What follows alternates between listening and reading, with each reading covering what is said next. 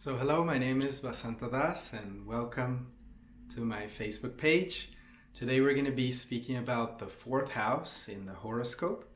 So the fourth house is normally known as a house of moksha. What is the meaning of the word moksha? Well, moksha means liberation. So liberation from our material duties and liberation from material life, which many people correlate to spirituality. So where does liberation from material life correlate with spirituality? Well, it comes a lot in our foundations. And our emotional foundation is, primarily, we find it in our mother. So the fourth house can very adequately be called the house of our mother, our family, and our lineage. Why? Because our lineage, or the family that we come into, is going to set up the human being in their unconscious. So far we have taken the journey from the four first houses of the zodiac. And in the first house we found that it is the house of the self. Then in the second house we found material values. In the third house we found the development of communication and also the development of the capacity to connect with others. And then in the fourth house, we are finding the emotional foundation of the human being. So this being primordially the relationship with our mother. So it also means all the material assets that we may have and also the place of our upbringing. It can also mean, as many astrologers in South India will tell you, that the fourth house can also relate to the places where we learn. So it is related to the classroom, it can also be related to a workshop, or it can be related to a studio that we have. So any type of intimate place that we may cultivate, this is all related to the fourth house. Material assets, time and nature. By designation, the fourth house is a spiritual house, in the sense that all our sense of care and all our sense of kindness and compassion directly comes from our emotional world. So it can go both ways. So for example, if you had a very good, nurturing, caring mother, then automatically the result that is going to be out of that is that you're automatically going to want to be like that with other people. And so when you grow up, by instinct, all those morals and all that education that you have received from your mother is going to translate into the way that you naturally relate to people. But also it just means that, for example, if you had a very difficult upbringing where, you had a childhood that was perhaps not the happiest, well, that will translate into a very strong character that could further you into life, So people that, get on in life alone and that they're very self-responsible, they tend to have hard planets in the fourth house. It also relates to how much, for example, discipline or opportunities you start with in life. So if you are blessed in this life with planets in the fourth house, you will have guardians and mentors along your path that will help you, get along in life. And this we see very thoroughly, especially with our parents. The people that take care of us when we're very small, the people that are tolerant with our variations of emotions. Like right now, my wife Lalita and I, at home we have 3 children, and they're very, very small. So naturally they have, their ups and downs emotionally and desires. But we are always trying to treat them with patience, kindness, and respect, so that they may grow up to know what that means. Of course, as parents, we try to do that again and again. And we are not very expert at this. So this is why the fourth house is usually also called the house of spirituality. Why? Because in traditional Vedic culture, it is not only that you come into a certain family. The certain family will have a priest or a guru. It's called the Kula Guru, who is in charge of taking care of the family. So this family priest will take care of the correct upbringing of the family in ways that they can know morals, and they can also develop ethics and ways of knowing good from bad, and also will develop the kindness and the compassion that may be present in the family. So if you belong to a very pious family, this is a great blessing. Why? Because in life you get that head start of knowing the difference between good and evil.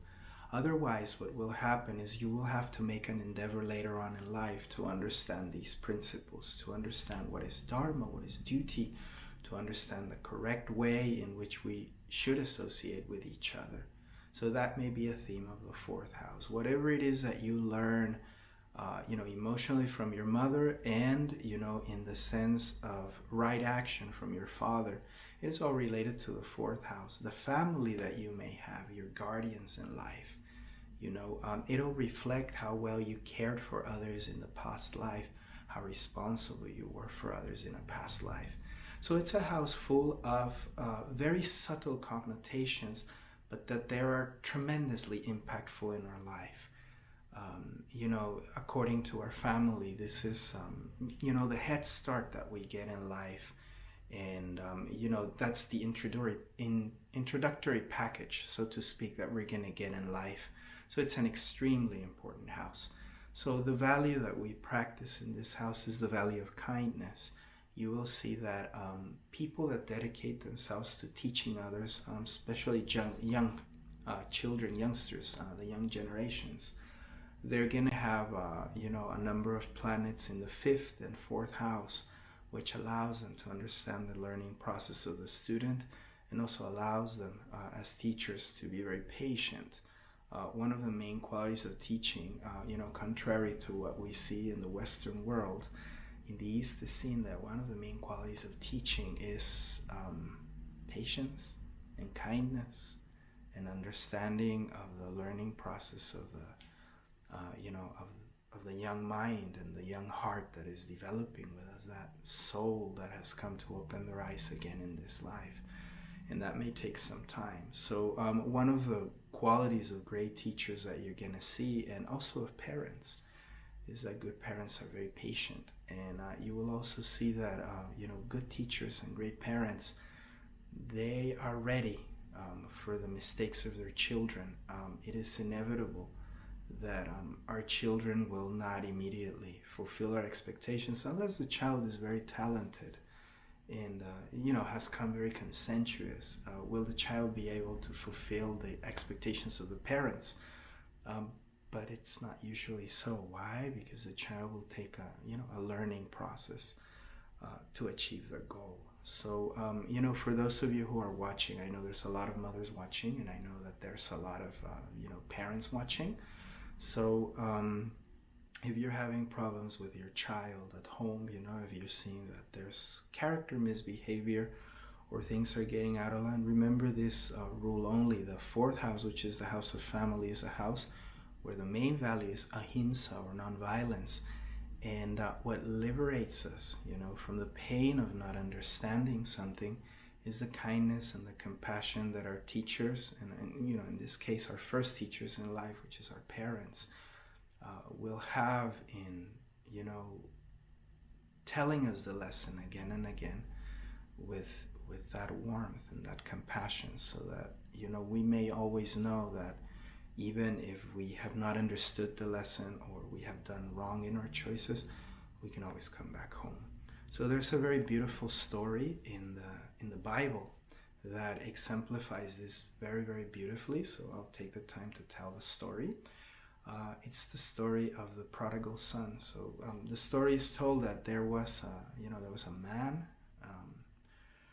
and he had two sons, and then the eldest son, when he was of age, he asked his father, "Please give me all my inheritance, and I want my part of the family inheritance." So the father agreed, and he gave the son the inheritance. And then what the son did for many, many years is that he went abroad, and he traveled, he spent all his money, and he squandered it. In the Bible it says that he drank, and then he He never got stabilized in a family or anything like that. So he was just having fun going here and there and committing all sorts of misbehavior. And then at some point he ran out of money and he couldn't get a job because he had no qualification. He didn't study anything. He was just enjoying himself. So at some point it was so bad that he got a job taking care of pigs, and the pigs even would eat better food than he could eat because he had to eat the leftovers.